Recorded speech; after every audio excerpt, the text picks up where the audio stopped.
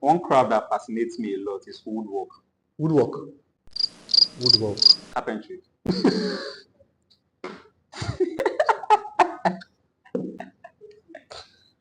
No, see, I love woodwork.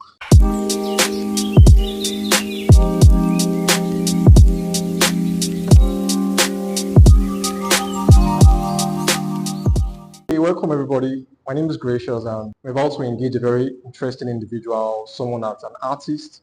He has a very interesting practice.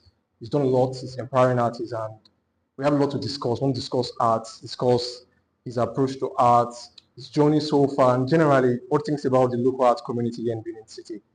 So I'd like you guys to meet Peter. Peter, say hi to everybody. Hi, I'm Peter, and it's nice to meet you. I'm glad to be here. Yeah, Okay, very well, hosted by Peter. you today. So I'd like to start with this question. A lot of people have been asking me, and let's just ask you now, you are here. Why did you deny Jesus? What was the reason you denied Jesus? Why did you have to? Okay, Why did you betray our Lord and Savior Jesus? I think even the Bible tells us that wisdom is profitable to direct. Yeah, so that was actually the work of God, the wisdom of God happening there. So yeah, denying Jesus is a bad thing, but retracing my step was good thing. Oh, okay. So what you're saying now, you're back to the fold, and now you're more focused than before. Yeah. Okay. Hopefully you make heaven. I will. Don't worry. All I right. will. So the name Peterfleming, I think the guy that created the James Bond character. You know James Yeah. Bond? Yeah. Yeah, the person that created the character. That was the name Peterfleming. So is your name connected to the man, or you just woke up one day with inspiration? Oh no, my name is not connected to the man. Okay. So despite being well into arts, academically, by qualifications, yes, I'm a scientist and an engineer precisely. So while I was in secondary school, I was doing science. There was this particular law in physics that I loved. That was like the first set of laws I got familiarized with, and it was the Fleming's right-hand rule. Okay. So I tried to relate that with my own personal life. In fact, to us generally, see, our own lives are influenced by the forces, our efforts, and the people around us, most especially. Yeah, So definitely. those are the things that give the so much contributes to the direction of life that we get. So yeah, I drew something from the cover page of a book. I was already in love with the Fleming right hand rule, don't forget. I realized that the author of that book was Peter Fleming. So it was Wow. like, oh, okay, So it I was a like this. So confirmation. I just said, yeah, henceforth, you guys should start calling me Peter Fleming. And ever since then, up to now, a lot of persons don't even know my real name. So that's it. Okay, that's a very interesting one. Very interesting. We have our ways we come about our nicknames, and yours is very interesting. Thank you. So you just mentioned, you said you were into science in SS2. It means it was something you did growing up. So I'd like to know at what point in your life did arts come into the picture, or was there art before science? I wouldn't say there was art before science. Oh, sorry, I wouldn't say there was science before art. There was actually art before science because, everybody is created with a gift. Yes. But most times we don't realize our gifts because we have other things that we admire and want to chase. And we don't even realize that those gifts are the things we actually cut out for the plan of God for our lives. So growing up, I had this talent. I was drawing. In fact, my secondary school, everybody knew me for the guy that can draw. I Yeah, can relate. yeah, the guy that can draw. I don't even want to share my secondary school experience, how my seniors would corner me to do the assignments And for you them and conquered all territories. those all those things. So art has always been there, but I really wanted to be an engineer. And I was doing very well in engineering, interestingly, because I loved it. I liked it. I was doing engineering as something I liked too. So in 300 level, I came across this friend who is into art. The guy draws. And when I saw his drawing, that was the first time in my life I saw something realistic, a realistic drawing. Wow. It was not even realism itself. It was just basic realism, but it was good. Okay. I was like, what? Is it really possible for somebody to do this to Oh, in this other words, you level? saw someone better than yourself. By far. Yes, by far. Like what I knew how to draw in secondary school, I had no experience of the kind of art, he knew how to shade and all that. When I saw the drawing, I was like, man, I want to learn this thing. And then he said, okay, he will teach me. And yeah, that was how it started. That's interesting. So how were you able to merge engineering and art? Do you think your background with engineering informed or gave inspirations to some of the arts you created, or you feel you're just an engineer when you want to be an engineer, when you're an artist, you're an artist, you just tap into a different source of inspiration and all that? Hmm. At a point, I was feeling really conflicted. I remember going to meet a senior friend there. He is a counselor, and then he talked to me. Then he set example of the likes of Da Vinci. Da Vinci was also a Wow, scientist. He that, was so perfect. Da Vinci was a lot of it was things. everything. So I drew example from Da Vinci, and I was like, okay, yeah, I can also be everything. Why do I have to choose one? Why do I have to choose if I can be everything? Yeah, so I'm an engineer and I'm an artist. And the first personal project I ever did, I titled Lighthouse. It commemorates that a part of my life where I had to merge engineering And with art. artistry. Yeah. Okay. So I'm Okay. everything. Everything I've set out to do, that's what I am. You have a multifaceted arts enterprise. I mean, you have a gallery, you have a studio, you have an academy, and you have an art store. So how do you manage to keep everything together? How do you bring the whole family together, make it run smoothly, and then spread your wings into various areas and still have the time to create as an artist? I'd like to know how you do it. I think there is no particular way I would say I have done it. I would just say that Okay. God has just been directing every step because I don't even know how I'm even Oh, doing it myself. yeah. It's just happening.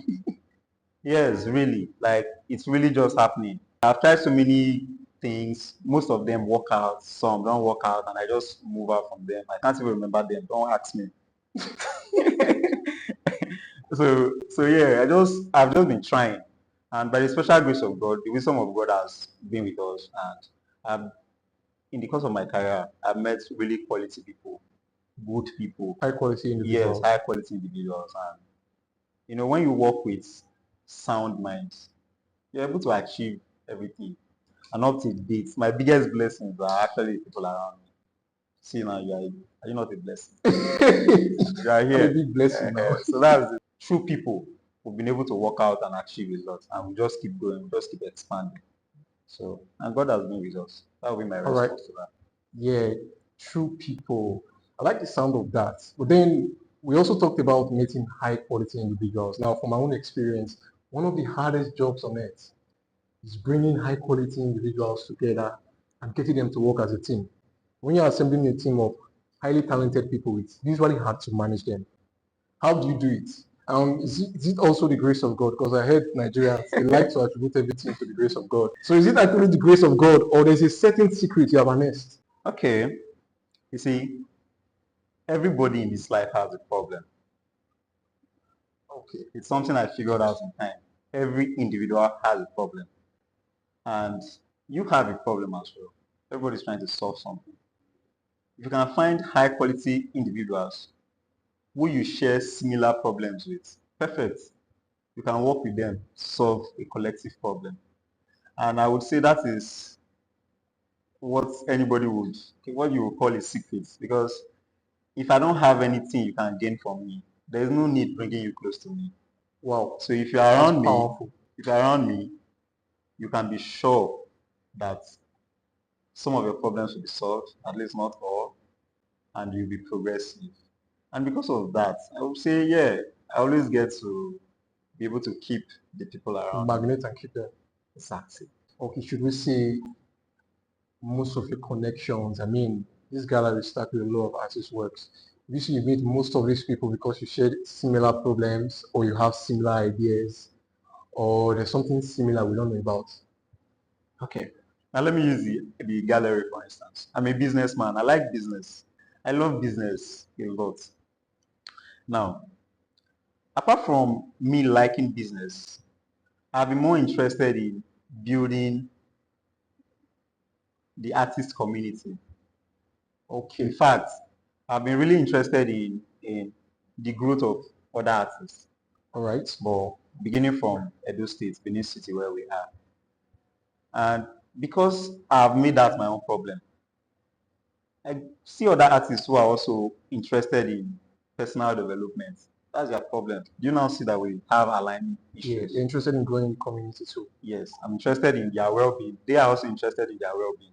And I know that there is a way I can solve their problem that can be beneficial to me. So I create a gallery, bring in your works. I would package you. I would promote your works. I get a percentage from your works. You are making progress. I'm also making progress. And everybody's happy. All right. So speaking about the community here in Benin, I think in January this year, early this year, the New York Times enlisted Benin in their 100 cities to visit in 2025. What do you think about that and what it means for the community here, the art community, and how it can grow and welcome more tourists? I mean, global tourists and those kind of people. What do you think that does, like, in terms of the impact on the art community here, and not just the art community, the creative industry locally here? Benin is a very interesting place. I must tell you. Yeah, I can attest to that. Yes, Benin is very, very, very, very interesting. There are places of historic value that still Yeah. exist up till date, like the Benin Moat. That place is still existing till date, and there are a lot of places to visit. And then for the art community here in Benin, there are still a lot of artists in Benin. And I feel like I'll be very honest. I'll be very honest. While this presents a very huge opportunity for the art community in Benin, I feel like the community in Benin is not ready for it. Okay, why would you say so? They are still trying to live by the old model. Okay, by when you say the old model, what do you mean? Okay, there is a way the older artists, The older generations of the older artists. generation of artists used to do their things.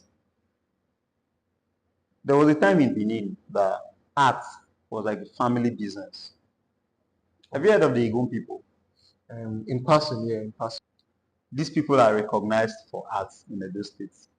For So bronze whenever art, if I'm not mistaken. yes, bronze, they are more into bronze and all those stuff.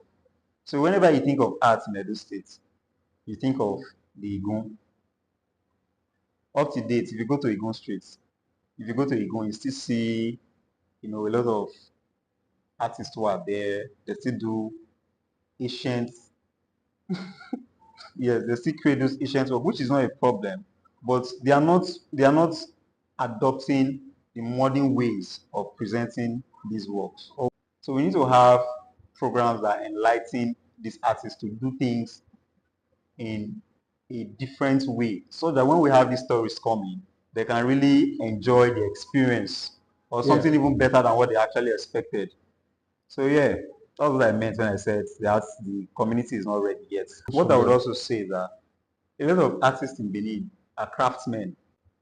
Okay. They are just skilled technically. They know how to make the bronze, but they don't really know how to share their stories. Like if somebody asks them, okay, what are Like you they don't know how to making? create stories around their art. Yes, they don't know how to, they are not properly documented. They don't document their works properly. They don't share their stories properly. In fact, you could see an artist come up with something very beautiful and you know that this is awesome. But when you ask the artist what he or she is all about or what the work is about, they really can't express. And that's a big turn off. That's a Very big big turn one. off. Because the value of the art is not only in the art. There's a story behind it. Yes, it's in the story. And whoever is presenting the story has to present it in a way that it will be appreciated. Make it authentic. Yeah. There's a trend in the creative industry in Nigeria. when anybody reaches a certain point where they feel like they're talented enough, they have honed their craft to a very large extent, they have developed their skills to professional level. There's one place they run to, one place they call the mother of entertainment in Nigeria, even Africa, Lagos. So what has kept you in Benin? Why are you here in Benin? Because your mates are running to Lagos. I took last week to visit a couple of artists in their studios. Okay. Some of them where I believe they are doing well compared to the average artist in Benin.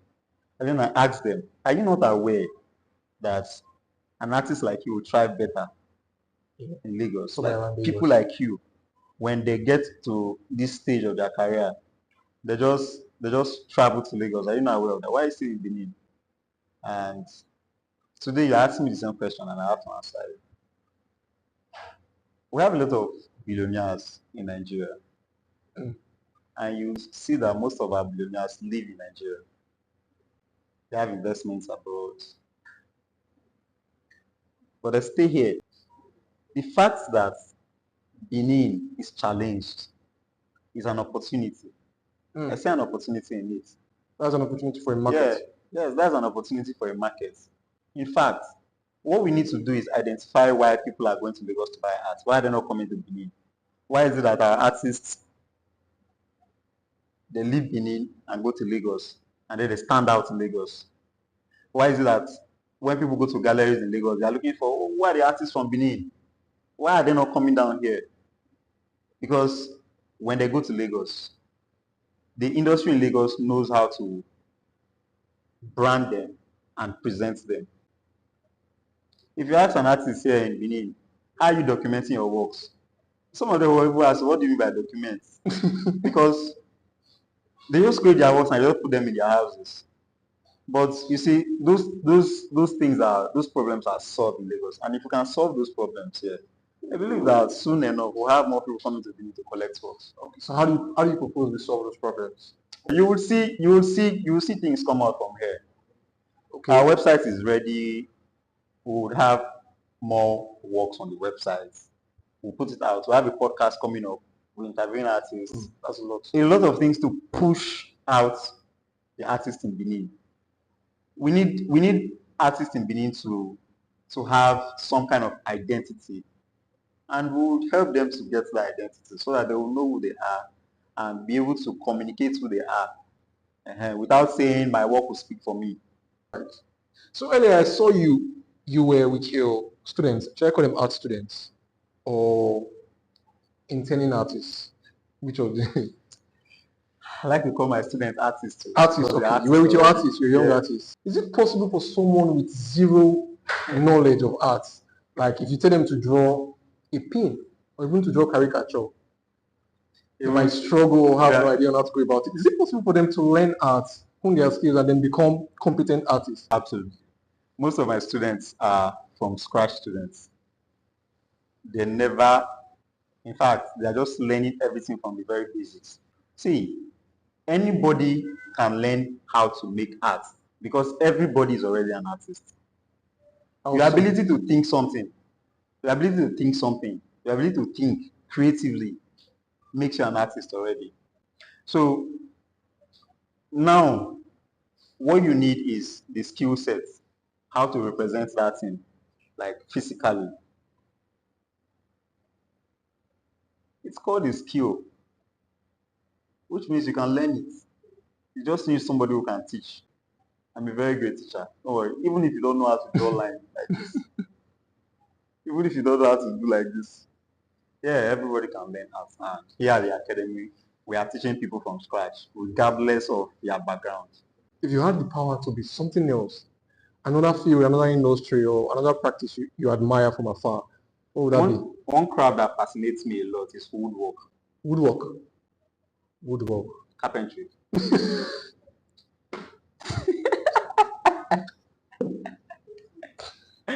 No, see, I love woodwork. I love people. It's not actually a bad thing. There's this image we have created around carpentry in Nigeria. It's the way the carpenters are doing it, the local carpenters. Okay. But do you know that furnitures in developed part of the world Yeah. are very expensive? I think everywhere, not just in developed parts of the world. Okay. Now, if you know how to do your work well, you know how to package it. I already have this business thing in me. So if I'm a woodman, I'm sure I will do very well. And I'll be super creative about it. In fact, sometimes I wish I had the time. I'll just go and learn this carpentry thing and start doing something by myself. There are a lot of things you can do with wood. There are just a lot of things, a lot of beautiful designs. A lot. So I would have really loved to be a carpenter. So what has been the greatest challenge or the biggest challenge to your career as an artist and as a businessman in arts, an engineer, or whatsoever? My biggest challenge, I won't even lie to you, has actually been funding.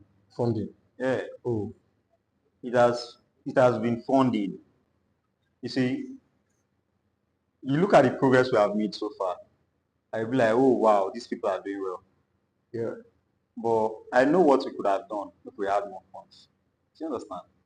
Yeah, we could have done much more. Like we could have we could achieve far What's better more?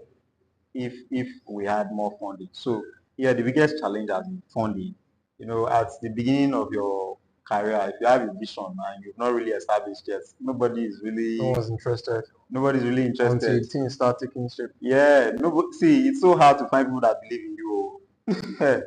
You can easily find people that will say, "Oh, nice work," but people that believe in you so much that they can bet their money on you, Very hard. it's very hard. And if you are not from a family that is financially capable, that they can say, "Okay, this one is my son, just take, let's just support him." If you are not from that kind of place, The road will be more bumpy. yeah, you have to struggle and you have to prove yourself that yeah, you are a good investment for somebody to get their money on. Okay. So what would be your advice to someone at this phase currently trying to find people that would believe in them, navigating their careers, trying to get everything to start? Uh, What's your advice to help them overcome their challenges, the challenge of funding and all those kind of from my things? personal experience, I would just say that you should just not focus on expecting anything from people because the administrative part of the industry is dominated by older people who have not yet opened their mind enough to know that okay, these younger guys are also good and They're they will be skillful very enough. instrumental, yeah, very instrumental to industry building. They are not involving the younger guys enough. Ouch. Yeah, they are not involving, and you need to prove yourself beyond reasonable doubt. In fact, Even a place beyond reasonable doubt, sir. like you might not even get seen. You might be proving yourself, but nobody see it because their mind is not even open-minded to even listen. So how do you think we can tackle this problem? Just do your thing. Eventually they will hear. Just like this Man United footballer, he had a very terrible game, Andrew Garnacho, and fans were on his back. They were like, sell Garnacho, bench Garnacho, and he just went on Instagram. You know, he said, I will keep doing my things. He just said See, it. why I said you should keep doing it. See this Peterfleming we are talking about now. Yeah. Let's say in like 2 years ago, or, there were people that I have literally walked up to, And you sold your ideas to them. sold my ideas to them. And they were like, Oh, your idea is good, don't worry. They will not discourage you. But now, these persons actually reach out. Like, they now actually reach out. And that's how you know that you are making progress. Because now you don't need to sell anymore. They come to buy. You don't need to hawk and beg them, buy, buy, buy. They see what you are doing. So that's it. So if you keep doing your thing, if you are consistent, there is this proverb. They say, if water keeps dropping on the stone, eventually, just one day, it will go through that stone. It keeps dropping. so if you keep knocking on the door, just keep Yes, banging on the door, someone yes. will open eventually. It's just a matter of time. It's just a matter of time. It will eventually that door. What about times when just a matter of time becomes just a matter of time after just a matter of time and keeps running like that? And it seems like when you're doing something consistently, you're not getting the results. Then you find better ways to do Better it. ways to do it. Because I believe that there is nothing in this life that something good cannot come out cannot of. come out of. Something good can come out of everything. Think about the worst of things. What can you improve on? What are you not doing right? How Yeah. can you, up till this day, we still ask ourselves these questions here in this enterprise, and we keep answering them and changing things. We have been moving things up How and can down, we get making better? changes. Yeah, how can we get better? So yeah, if you constantly review yourself, check yourself, and make changes to some of the things you have done and the ways you've done them, you should start seeing results with time. All right, so I'm just going to ask this. What are your plans for exhibitions? Do you have exhibitions plans this year? Or are you taking your time to sort out other things before you start running your For this year, exhibitions? we had an exhibition here last year. For this year, we are still arranging. We are still putting setting one or two things together. But I would say within the next half of this year, we should have a major exhibition happening here. All right. So before we close this, do you have anything to say? Uh, I would say that when I see people who are interested in art, not just as a piece, but as an industry, it gets me really emotional because that's also something I'm all about. And I'm very happy to see people like that. So I want to say a very big thank you to you for showing up today to have this interview with Oh, me. Yeah. So what you are doing is very cool. It's very good. It's very good. thank you. And there are a lot of opportunities in the art industry. Unfortunately, some persons don't get to see it before they give up. So they give up too soon. But if we can have more things like this, we would give hope Yeah. to emerging artists. Yeah. All right. That's nice. Thanks for having me. Thank It's you been very fun much. chatting with you and talking about everything we've talked about. So we look forward to what you have planned for this year. So Absolutely. very nice one, Thank you Peter. very much. See you in the nearest future.